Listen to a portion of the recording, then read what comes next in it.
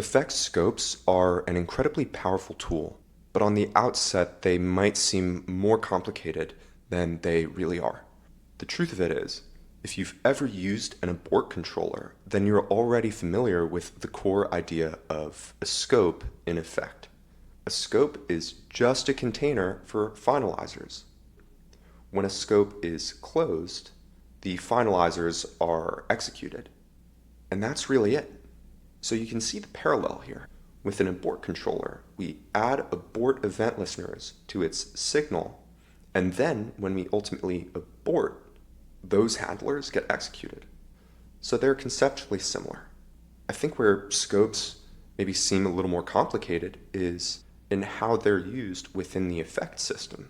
We have a scope context tag, and what we can do using this tag is declare that some scope needs to be provided to this effect in order for it to be executed.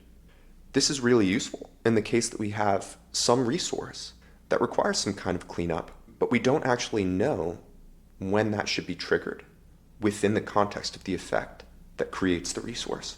In cases such as this, we're going to want to require a scope, attach finalizers to it, and defer the actual specificity of the scope to the parent effect, or from the grandparent effect, or from any other ancestor effect.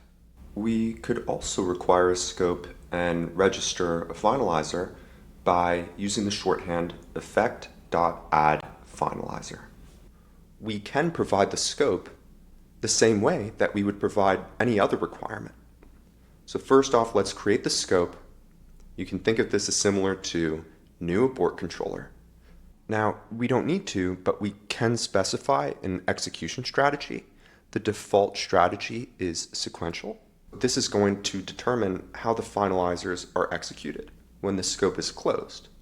We can specify parallel in order to execute all of the finalizers in parallel, or sequential, in which case the finalizers will be executed in the reverse order in which they were registered. Next, we can provide the scope to the effect that requires the scope. Or we could do this by using scope.extend. And finally, whenever we're ready, we can close the scope, which will trigger the finalizers that were registered in that child effect. A shorthand for this is effect.scoped. But really, we are dealing with two kind of separate concepts. One of them is the core scope type, which is just a container for finalizers, and the other is the scope tag, which lets us declare the requirement of a scope. A lot of effects core APIs involve effects that contain a scope requirement, and they do this because they create some kind of a resource that we need to manage. For instance, fork scoped. In this case, we want to fork a new fiber that runs this effect.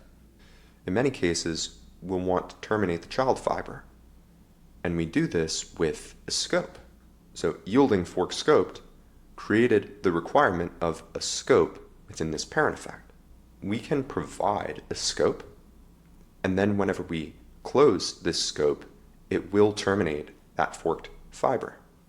So the scope lets us control that child. And there are a lot of other APIs within effect that do this. Let's go over a couple other parts of the scope API. When we create a scope, we see that its signature is actually closable scope. And this means that we can close it.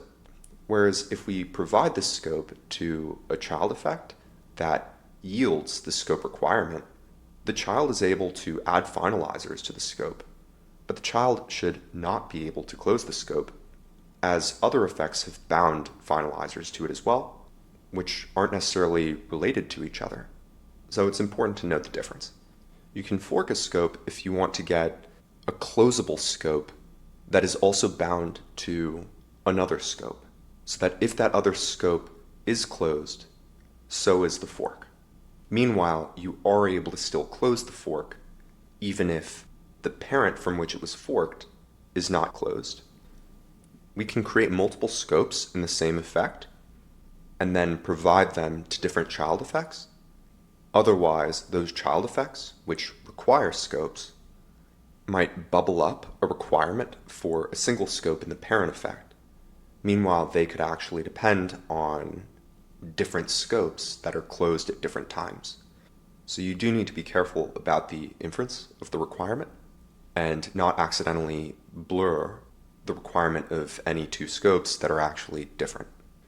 But this should be pretty straightforward. Usually you just want to provide a scope with effect scoped. And in other cases, you may want to create the scope yourself, provide it to the given effect, and then close it when the time is right. And speaking of, thank you so much for watching. I'm closing the scope on this video.